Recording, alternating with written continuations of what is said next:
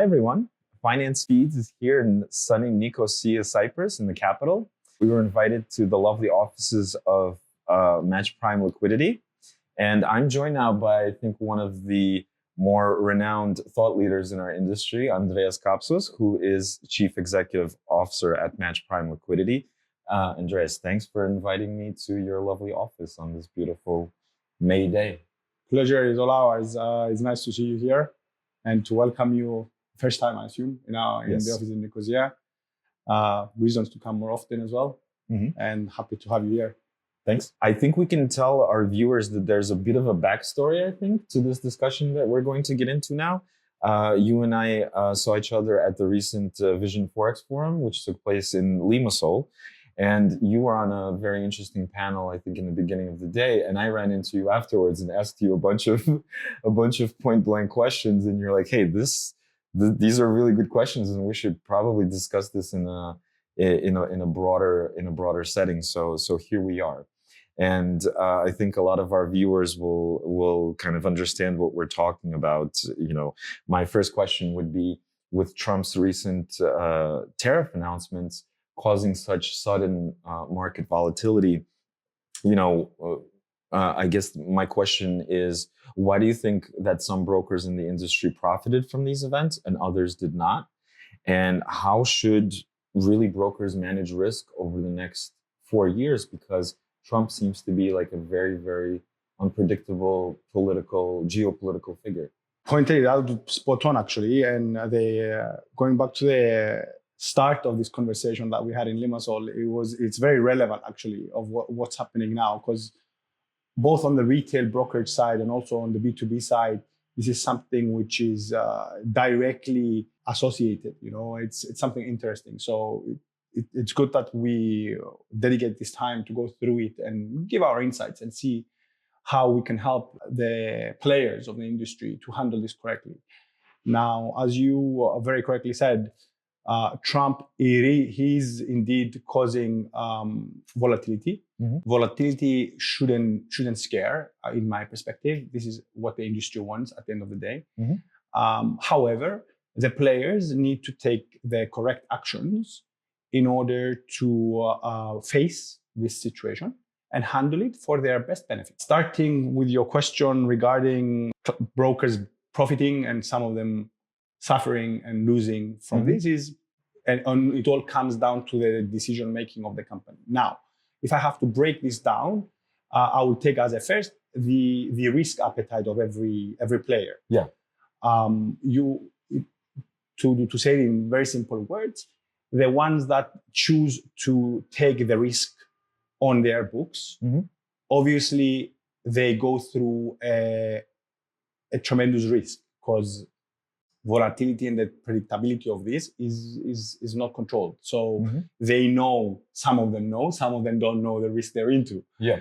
The ones that they do know the risk, obviously will determine their profitability, whether they position themselves in the right way. The ones that do choose to take the risk and position themselves wrongly, they will definitely lose on this timeline, let's say. So if I have to break this down, I would say that the market positioning is very important. These events of high volatility attract high volatility, obviously, high frequency traders, and some profitable patterns, which if the broker doesn't take the right steps to actually mitigate the risk or handle the risk, they will be on the losing side again. Finally, I would say the liquidity crunches. What do I mean by that? This rapid volatility creates gaps in the market. What do I mean by this? A lot of the brokers, they might be affected by these gaps in the market. And because they don't have the appropriate funds with the LPs, they might end up not being hedged, whereas their strategy was to hedge. This will cause them 100%, let's say, outside of their plans. And brings them into unwanted waters, and effectively will bring them to losses. I see. We've seen this in the past with the Swiss franc. Sure. A lot of people suffered from that, and that might be the scenario with this incident now. Then we go to the most, let's say, organized brokers, more planned and prepared, which, if they do have the right, let's say, policies, procedures in place, they can undoubtedly profit from this situation without even having to worry about the direction of the market in this scenario. Some people were prepared, others weren't. And I think I posed this question to you earlier when we spoke also. I mean, we all knew, me even as a media layperson, right? I knew that he was going to announce something. Everybody kind of knew that was going to happen on that date. Okay, maybe it was going to get moved by a day or two because he's so unpredictable and things like that can happen. But in my mind, it's like we all knew what was coming. So why didn't everybody prepare, in a sense? Is it a matter of companies like Match-Prime and others not just providing the traditional services that we're used to, but also doing some kind of hand-holding for certain brokerages to say, listen, like you just mentioned, hey, you guys might be on the wrong side, or you might face a situation where you're going to have a liquidity crunch with respect to hedging your positions and things like that. This is the more of the question how to manage that and plan for the next 4 years that you mentioned. But however, the 4 years is a bit long term to do it. But let's take it from what you said. Yeah. We do try to consult, let's say, the broker of what you just said and prepare of such situations. However, this creates a bit of a conflict of interest in their perspective, because we might tell them, guys, we see your flow, this flow might be this. So if me as a liquidity provider go to them and I say, we believe this flow shouldn't be kept in your books, then it might, in their perspective, think, he's telling me this so I can hedge with him. Which in our situation is not the case. It's not the case. Obviously, we want to have business, we want to do it, but we want to do it the right way. So correct. What we want to do is create this relationship with the client that he will feel confident with us that we're actually doing it to support his business. And we see this a lot between the small and medium size companies, which they don't have the resources to actually have the risk management department they should have. And this goes a bit to how to manage that. And I will tell you what I believe, how the brokers can manage that. Number one, you need to definitely invest in the right people. I understand that a lot of brokers, they don't have the resources at the beginning or later on to recruit such caliber of people to provide them that.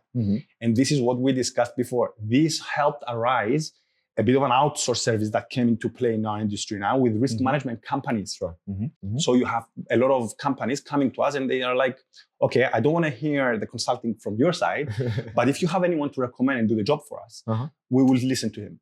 So that's why I've seen a growth in that.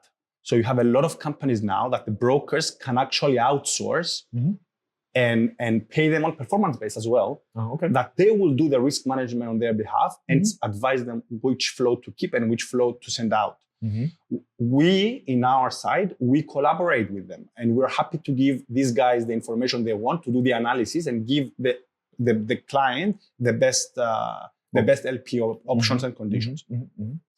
This is something nice. That's something nice. When it's done the right way, it's something which is good for the brokers. So if I have to make it in more clear, let's say, words, I would say brokers that don't have the right risk management in place, they can outsource it.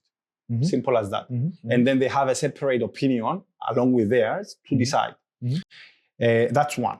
The second time is obviously the real-time risk monitoring. It sounds simple, but you will be surprised how many people are not doing it, how many brokers are not doing it. That's the number one risk in my perspective, because you don't know where you're working at the specific time. Of course. So when this happened, when you mentioned, they were not ready. So you need to be proactive and not reactive. That's very surprising to me. 100%. That's very surprising for to us me. as well. For us as well. Yeah, and it seems like this relationship that you have, these new relationships that you have with, like you said, some of these risk management consulting firms, to me, it also seems like a question of ethics as well, kind of like keep these things separate, because again, some some of the clients, let's say before, were kind of questioning some of this stuff, where it's like, oh, well, they can consult us too, but do they have our best interests in mind, right? Sort of. Yeah. And it kind of, by splitting those two things apart, I guess it's more ethical, it's more professional to do it that way. And at the same time, everybody wins in a sense, right? Yeah. Because if these people are doing it the right way, Match-Prime Liquidity does their things Exactly. the right way, everybody benefits, and it's for the greater good of for the entire market. And you're engaging the expertise of each like that. You have a third party, which he's independent. He gets paid based on the performance on the decision he will make. So it's a win-win in my opinion. However, the ones that are medium to bigger, they can afford to have their own risk departments and take their own decisions. But what needs to be done, it's also another thing as a recommendation, would be to implement again, before everything happens, the correct hedging strategies as well and policies. So why am I saying it? I'll give you another example through what we go through experience, so you can understand. The volatility kicked in, Trump did whatever he did, and then we had a lot of our clients wanting immediately, so the day after, to have a hedge account ready and set up. I mean, that creates a lot of problems. You won't get the conditions. You don't know how it works. You don't know how things will escalate with your account. You need to deposit, so it takes time. You have a few days which you're exposed, and you saw how quickly the charts will move. So what do I mean again with strategic hedging policies? Don't wait for the wave to come and then prepare. Try to take Do it from the beginning. Even if you don't send anything to the LP, have him ready. Be ready to switch on when the time comes. Again, it sounds very reasonable for us to discuss, but it's not happening. It's not happening to the extent that they should on the broker side. So what we do usually when we onboard now is we ask them, how urgent is it? If it's not urgent, then we can spend time with our teams and our dealing teams and our experts to help you configure and tailor-made the hedge account based on what you offer, so you can be ready to go. Whereas if you're you're working with rush, and it's not going to be. It's true. It's with anything anything in life. If you rush it, it's probably not going to work out well. And then you also have the clients. Going back to the losing side, see, I just remember something. It's also the greed factor. You have a lot of new brokers which they haven't experienced the risk and the losses, and they made a bit of money, and then they decide, oh, you know what, I'm gonna market make now. I'm gonna be a bit more aggressive. But this is a short term, in my perspective, thinking, and then once it goes wrong. So Andreas, we just discussed Trump. He's going to be in office for 4 years. 4 years in our industry is a very, very long time. So I wanted to actually ask, looking ahead this year, what do you think are the top 3 risk scenarios that brokers really need to pay attention to or focus on that might happen specifically this year, not looking ahead 4 years? Without a doubt, I would have to highlight, I think, the geopolitical shocks that they're happening. I mean, the situation with China, with Ukraine as well, it keeps going, and then definitely, obviously, the tariffs and that part. It's totally the number one thing we should focus on. Everything will be around that. Unpredictable with him, you don't know what is going to come up tomorrow morning. But these scenarios regarding the geopolitical is basically the brokers need to avoid concentration. They need to be careful with their books as well. What kind of flow comes to them? What do they keep? How do they diversify as well? Andreas, and what about the events literally from last night? I'm sure you saw the tensions with India and Pakistan, which again, it seems like every 5 to 10 years they flare up, but then things calm down. And from what I've seen, literally yesterday or last night, there was now military action being taken by either both sides or one side. In my mind, or when I came to see you this morning, I asked you, hey, are their local markets moving? Is there a lot of volatility given what's going on? You're spot on. In addition to the geopolitical shocks that we mentioned before, you cannot ignore what happened 2 days ago. And of course, it will affect obviously the local the local industry. However, it will also affect metals. Again, gold will be affected 100%. And then the MENA area as well, because obviously India and Pakistan are very into that area. So yeah, if we have to sum it up, it seems like that these conflicts that keep happening are the number one driving force of what's going on. Affects. And Andreas, I also think of other markets as well. I think, we traditionally think Forex, CFDs and things like that. Me being someone from the United States, I kind of follow what's going on there locally. And I'm sure you've seen this as well. The shares of Tesla, for example, the car company, have, I would say, maybe taken a beating, right? For one reason or another. Partially, I think, in my opinion, it's because Americans are sort of voicing their displeasure with what Elon Musk is doing in terms of being an advisor to Trump and Doge and all of these things. And it kind of brings up a question in my mind. Well, we talked about the geopolitical risks. We talked about the conflicts going on around the world and everything else. What's going on? What are you seeing on the equity side? Because I know that Match-Prime also provides services for these instruments as well. Kind of what are you seeing there? And are there impacts to the equities markets that maybe us as lay people, we don't necessarily see, but you do in terms of working with clients and looking at flows and things like that? Yeah, equities did get a beating, that's for sure. And tech shares, which throughout the last periods, let's say, was on the bullish side and they were doing really well and everything. After this, obviously, yes, they did get a beating, as you very correctly said. But that's part of the volatility as well. That's what he created. So whereas we do have shares, obviously, we offer them, and where, if I could say, we didn't have so much interest on the equity side. Now, retail traders seem to be, let's say, riding the wave.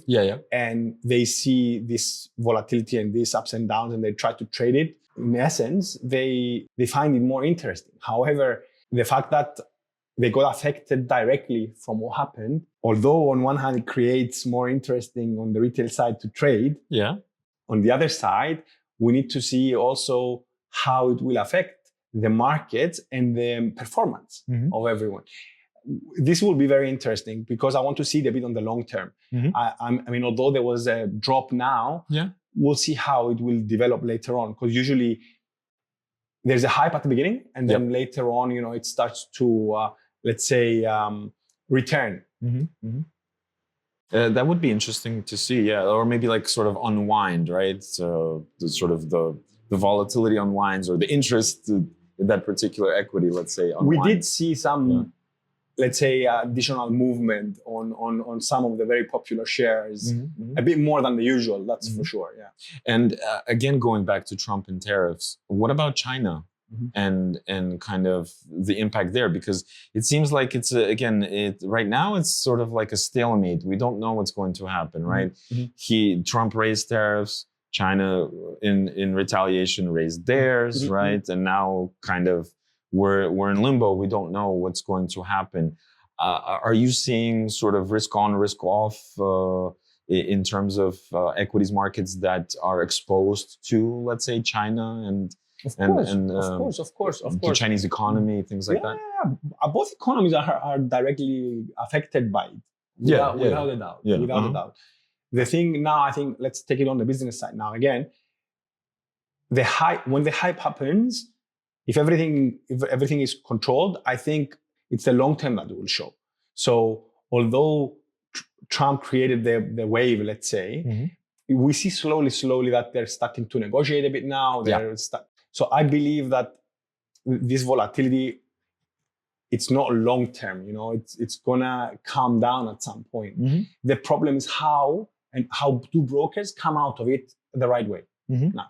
And then it goes back to the risk discussion that we have. Sure. Andreas, so when brokers face the geopolitical shocks that we just discussed, what role do you think a liquidity provider should take at these, I think, critical or important times? And are you seeing more demand for more flexible or tailored solutions from your clients rather than, sort of the boilerplate stuff that, not to take away from it, but the traditional services that are usually offered by LPs? The LPs obviously had and will have a major role in that. No doubt about that. In such occasions, though, they provide the market access and the market depth, which they are very important in these occasions. Also, the tailor-made that you mentioned is the conditions. LPs are much more flexible to adjust very quickly in real-time volatility, which is very, very important. And it's the obligation of the LP to provide that. And this is what we try to do now. To go more into our space and what we do. We try to, we are in full communication with the clients on a daily basis through account managers, and sometimes we will be engaged ourselves. So we will immediately contact them and inform them of changes that we have to do so they can adjust their offering as well. So we're completely aligned on what is happening. And this is a very good thing because you know where your broker stands and what kind of product and service, tailored solution you will provide to him. Sometimes, obviously, we are on the opposite side because the retail broker serves the client, and we try obviously to be a bit more on the conservative side. But the communication is very important, and this is something that we try to communicate with our teams. They need to understand their side, and the way you say something needs to be applicable and accepted, let's say. And usually this occurs if you give them a bit of time to prepare for it. We will not take an action now, today, with an immediate effect. We need to give some time for that. Finally, the credit facility, which the LP can provide to the broker, which is very important on rainy days. I mean, we are in a position to offer this credit facility, help the client sustain his positions up until he manages to send us the funds. Now, in order to do that, just to be clear, obviously on the regulated side, we need to have certain requirements ticked in order to give the credit line, which we do follow. But at the same time, because we know our clients well, there is a trust, and we will make sure that obviously the company will not be exposed to any unwanted risk. Absolutely. But at the same time, we will facilitate the client. And there were many occasions where the clients of ours requested such credit in such volatile moments, and we provided it. These are things that create this relationship with the client, the trust and the confidence, what we build with them. Agreed. I think that's one of the most important things that brokers would need access to. And again, like these times of rapid volatility and uncertainty, in what's going to happen. Just to add something, in order to give credit lines as well, obviously the LP needs to have the balance sheets to do it. So you have a lot of situations where LPs, they don't have that, so they cannot obviously take that risk. This we can even discuss further and analyze a bit more on the balance sheet, which has more to do with the onboarding part. So Andreas, in terms of brokers evaluating liquidity partners, what should they prioritize in terms of like slippage? I'm thinking also like execution quality, depth of market, like under stress, like what is the scenario sort of we discussed. And you mentioned in the previous answer, balance sheets. And to me, that's something completely new in terms of, brokers actually asking their LPs like, hey, show me what's under the hood and kind of what you got. When brokers do their due diligence and their research in order to onboard LPs, obviously they definitely should ask all of the things that you just mentioned. Now, what do we do in order to provide everything needed for the client to be able to assess the information and take his decision? So usually when clients come to us, we would, first of all, as I said before, we want to know that this is being done without the rush point. Mm-hmm. So we never push the client to be onboarded up until they're 100% sure that everything, conditions, commercials are in place. Mm-hmm. So what do? We firstly go through with them our product, our service. Yep. So we cover everything that you mentioned, the slippage, the top of book. They sit with someone from the dealing side, from the sales side.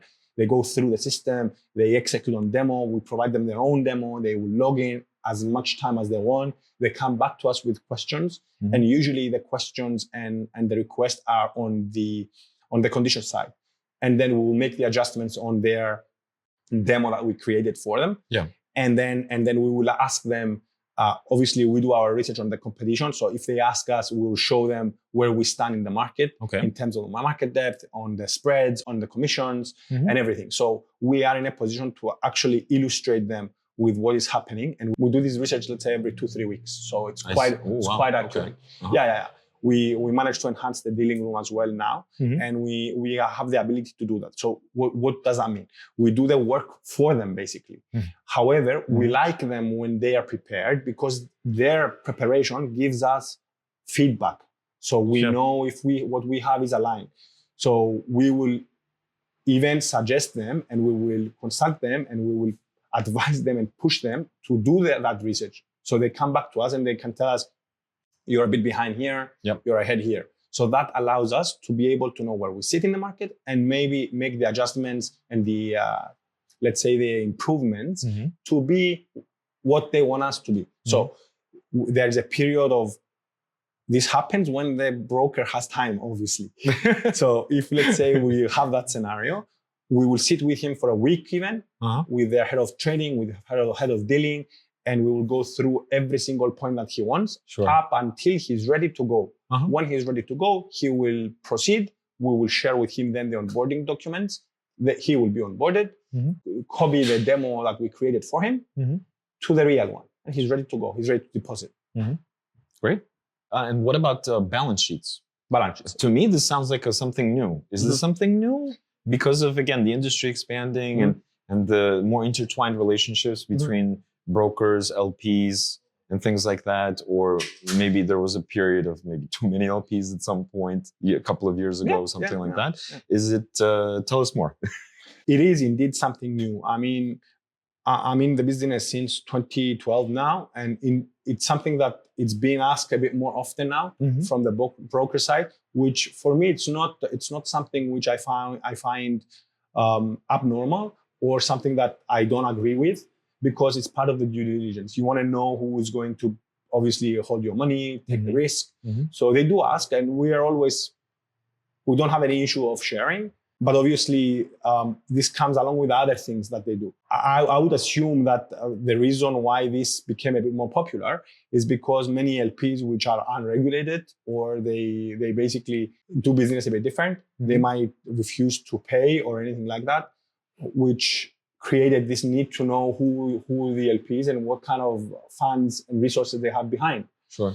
Makes total sense. From our side, I mean, withdrawals is something which for me is one of the most important things. So we make sure and we try to execute withdrawals on the client to our clients within 24 hours.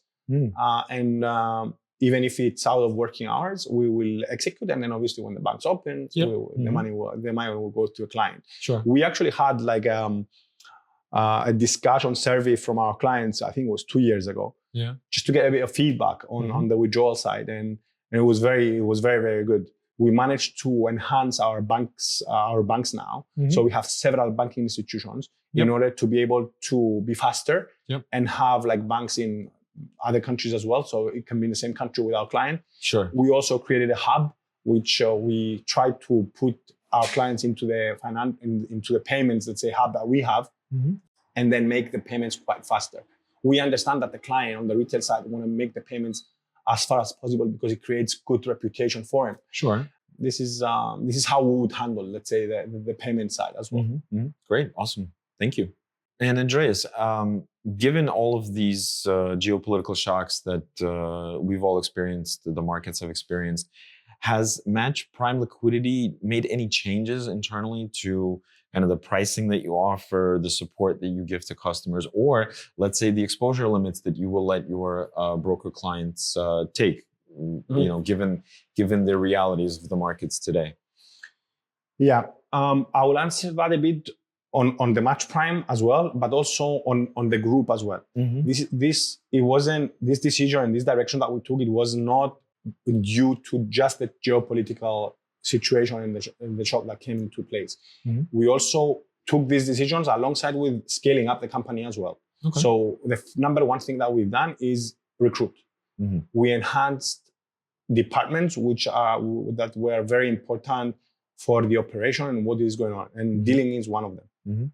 Dealing also divides, let's say, into analysts, into more risk, into the more business development, commercial side, product side. So we did our homework in that sense. We recruited and we enhanced the team. And that's a bit inevitable because we grew quite a lot. I mean, we have right now, if I'm not mistaken, over 130 clients on the liquidity side as a group. And on Match-Prime side, I would say around 60 now. This was a must. So that's one. Second, regarding the pricing.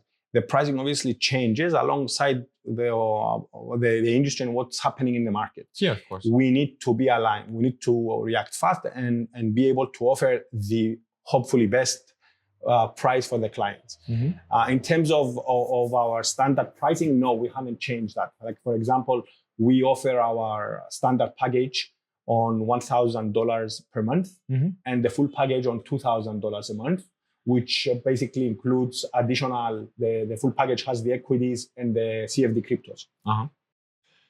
Obviously, that amount is the monthly fee, which is netted off from the volume. If a client trades, they won't pay both. So we haven't touched that. We are even, at some point, we had an offer where we wouldn't charge the minimum monthly fee on occasions where clients wanted to test. We do offer it in cases that clients want to test us. People hearing this, obviously, they will 100% agree with me that we have noticed a concentration on gold. So have I. Everyone, the market seems to be very attractive to Yes. So it's inevitable that the books and the limits are being reached to the retail brokers and the liquidity providers. So again, you need to be proactive and have the right hedging policies in place to offload the risk that you don't want to have. So we discussed this, and I mean, through discussions, communication that I have with people in the business, in the exports, they all go through the same. So that creates an opportunity, though. Of course. It's not only, it creates an opportunity because you can create strategic partnerships and alliance. So I say it very often, but in the business, we know each other, and LPs, they talk to each other. So many times I might have to scratch your back and you might have to scratch my back. Of course. So we do communicate and have an open line with other LPs. And in cases limits to reach, we might even make an agreement to offset some of that to someone else that can take it and vice versa. And we did have interest in that sense. And we do take some flow. And Andreas, I'm wondering, you and your team speak to potential new clients of all sorts, right? From different asset classes, different size of business, whether it's a startup or an established broker or something like that. How do you assess broker readiness when onboarding some of these new customers? And how can you tell whether or not they're prepared for these market shocks that we've been discussing today? We've seen all kind of clients. Yeah. And having this strategic alliance with Match-Trade, we also get to see startup white labels as well, because obviously they will buy from Match-Trade Technologies the white label packages that we have, and then they will also utilize the liquidity side from Match-Prime. We also just to mention this, we also have that as a package. So many times we would see someone who bought technology from Match-Trade, and they will use our liquidity. So we have the ability, and we're quite fortunate actually to see startup brokers, medium brokers, and quite experienced brokers. Now the readiness on their side, obviously we don't have so much access for us, and it's not something that we have a say or to help the client. But from our side, how we would assess someone who we're about to onboard on, let's say, the startups, we cannot because they don't have any history to do anything on them. What we might see is we will onboard them and we will see along the way how they will behave on the hedge account. Yeah. Usually it's on the slow pace. A lot of them, you'll be surprised, they don't even know how to use their hedge account and what benefits the hedge account will give them. I see. They will learn along the way. On the medium and the experienced clients, it's easier to analyze. What do we usually do? We ask the client to send us a historical trading statement, and then our team will analyze, and then we will decide whether that flow is a flow that we want to take or not. Okay. Usually, we can accommodate all kind of flow, and we will handle it internally the way we want. This is actually something that we do daily, because we don't do it only on potential clients. We do it on the existing ones as well. That's on the trading side. On the KYC side, obviously, there are certain requirements that we send to our clients to send us, and then the onboarding team will go through it. Compliance will go through it, and if they tick the boxes, we will onboard them on the Match-Prime side. Makes sense. Yeah. And I would think, again, this is getting very granular and detailed, but like on your analyst side, I mean, you can take, and correct me if I'm wrong, you can take existing flow data, and basically mark it out and say, okay, well, if this was that day when when Trump announced the tariffs, this is what this would look like, right? And that could give you an assessment of like a hypothetical assessment, right? Like, oh, okay, this is what they have. And if they were basically in the market at that time, here's what would have happened. You're spot on, Nicola. Right? You're spot on. We're doing that now. And then it's like, okay, well, they would have gotten essentially, if we could call it liquidated or margin called, right? Or not, or actually they would have actually gone their way. And then based on all of these assessments that, like you said, you do on a daily basis. Scenarios. You're spot on. We do that and we give that information. So what we do now, since you mentioned it's I will tell you exactly how we do it. we got our existing clients, all of them, and then we split it out to our teams. And then we went through it and we told them, analyze the flow, check where the broker lost money. So let's say he has a client which is very profitable, okay? And the broker didn't hedge him. Then we are in a position to tell him, look, if you would hedge this guy, you would basically made another X amount of money. So we do that for them, which this is not a job that we do, but we do it. And usually we do it on the white label side because we want to help them, of course, understand how to optimize and increase their profitability. Of course. And then it's up to them. There are occasions where they're like, yeah, you're right, you know. Usually it's easier for them to understand if they are on the losing side, because they would realize that if I have done that, I would be in profit and make money, you know? Sure, of course. But it's actually a good point. That also gives the ability to our guys to know the client better. That's why we do it. Yeah, they will know their trading, they will know how the pattern is, they will know the client. It makes the relationship more personal. Listen, in any business, if I know that you have my best interests at heart, you know, whether or not that makes you more money or not, of course, I'm going to trust you than someone that I don't know who's just trying to sell me something. Yeah, we won't see the client as a trading account, you know, just a number. Yes. And that actually happened because when you go to expos and then you meet with them and then you tell them the specifics, they're like, okay, they've done the job, you know, they know my business, you know, and maybe he's right, maybe I should double check it. And then the first thing they will do is they'll go back to their trading desk and they'll tell them, Go pull up the data. Go pull up the data. Check this? Is it? If we would have hedged it, would that be the case? And then they reconcile, and they'll come back and they will tell us, you know, that maybe. Hey, you were right. Great, awesome. Andreas, so to wrap things up, you mentioned previously Match Group or Match Prime or Match Group. All of your different brands have grown in terms of personnel, in terms of clients, and all of these different things. I wanted to touch on a couple of, I think, important points. The first one is, you know, I speak to a lot of recruiters in our industry on a regular basis. And on the one hand, it seems like there's a lot of people entering our industry, you know, new novice employees, let's say, but who have very good qualifications. There are some people that I see that are moving from similar industries into ours because they see benefits and advantages. But at the same time, I feel like, from what I see, that's still not enough. There's not enough qualified and experienced people to fill some of the very important roles at the different, let's say, the different brands within Match Group. Can you kind of sort of talk to us a little bit about that and kind of staffing needs, the need for expertise as you grow your client base, as you need to grow your operational base with employees and things like that, both here, let's say in Cyprus and elsewhere? Yeah. It's a very broad and important topic, human resource. I always say, like I mentioned it before, it's important to invest in the right people to start with. Now, the growth obviously needs to be done in an optimal way, the right way.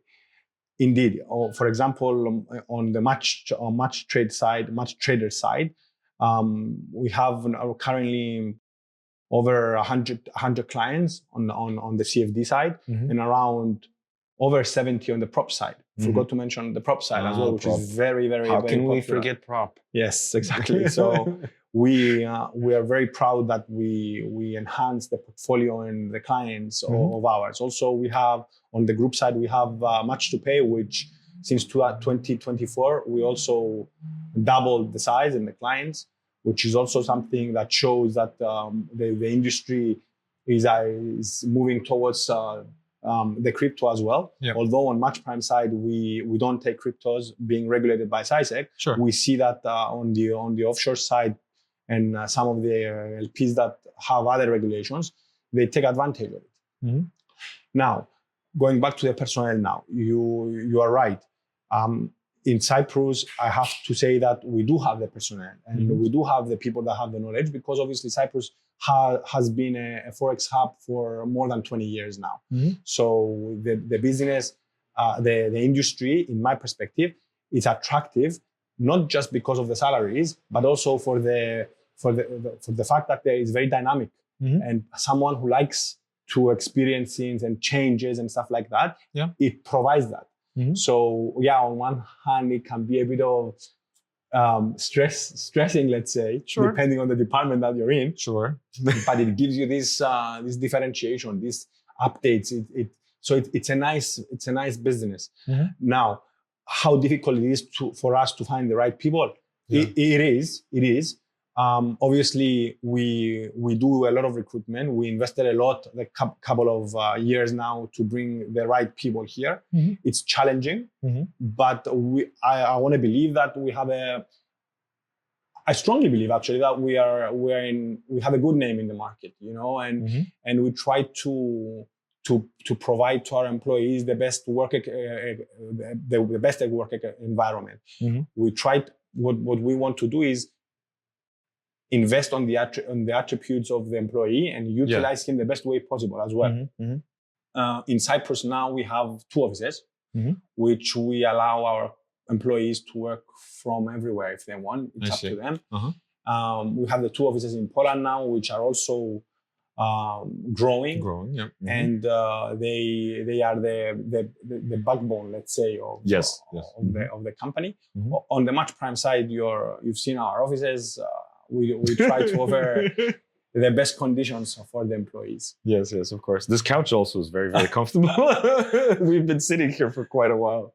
Just joking. So, Andreas, to sum it all up, group is growing.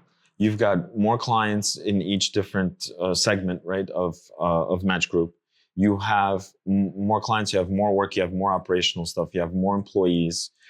The employees obviously have more work they have to do on a daily basis. All of these things, everything is growing. How do you ensure, you as CEO, let's say of Match-Prime specifically, how do you ensure employee well-being, development and company culture as these things happen all together all at once, right? Because if we sum up our entire interview, you are reacting to market movements and realities in geopolitics, economics, the markets, right? At the same time, that's causing some expansion for you, right? You are expanding because you need to hire more people because you just have more clients.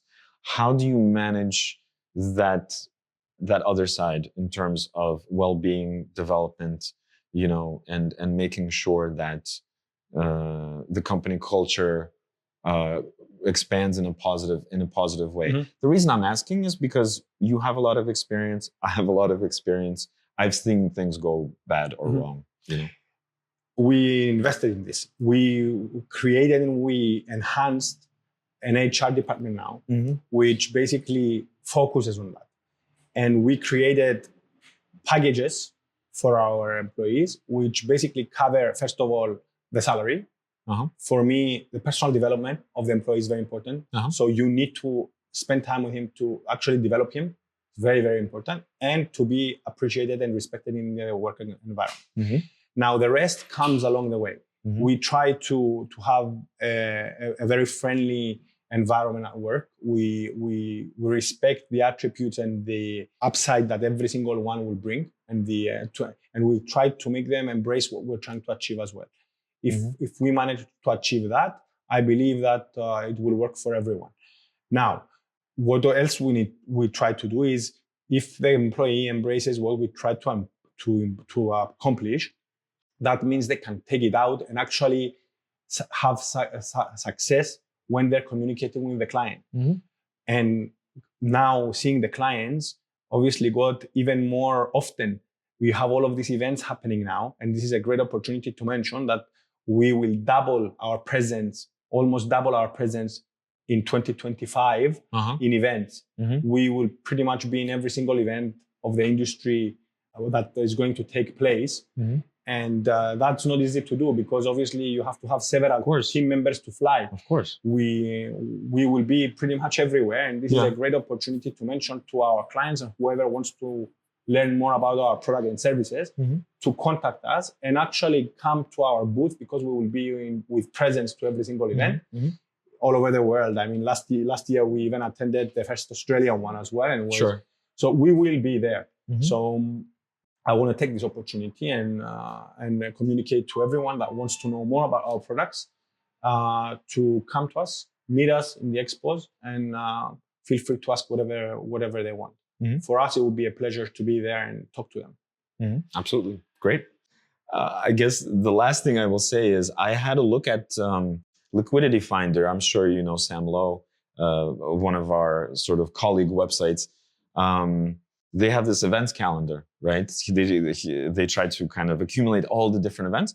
I looked at it and I said, if I want to attend as a company, let's say, all of these events, or let's say just me, I would need to live out of a suitcase for most of the year. That's how many events there are now regionally. There's these big global events that we go to, but there's so many now regional events, LATAM, Asia, Europe, everywhere, MENA.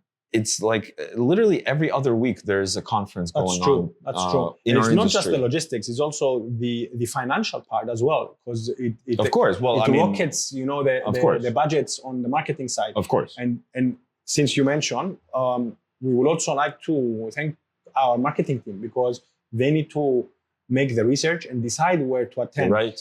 And also, what we aim to do is the multilingual service. So when we have an event in LATAM, we make sure that we have someone who will speak Spanish. Of course. And in Mexico, it was a must. I went myself and I've seen it. So this is also important. And marketing departments need to be able to catch up and be aligned with what's happening. Of course. And touch wood and praise to our team. They've done a great job the last 2-3 years. And now we are in a position to be able to attend, And as many of these events as possible. Oh, yeah. It's important. Of course. Well, Andreas, I wanted to thank you for taking the time to speak with us today. I know we covered a lot of different topics, and I think we had a very engaging and fruitful discussion. So thank you very much. Enjoy the rest of your day, and this is a very lovely office. Thank you. Hopefully, I'll come by sometime Thank again, you, by all and we'll means. speak again. Thank you. It was a pleasure to have you in the office. And obviously we'll be in touch and we'll monitor what's going on, and hopefully we will be able to have another discussion again. Yeah. And by all means, for us, it's very important to communicate with our with our clients and also the potential clients. And I'm more than happy to discuss and be reached out by anyone who wants. Great. Thank you very much. It's a Thank you. pleasure. Thank you. Nice. Cheers. Good? Yeah.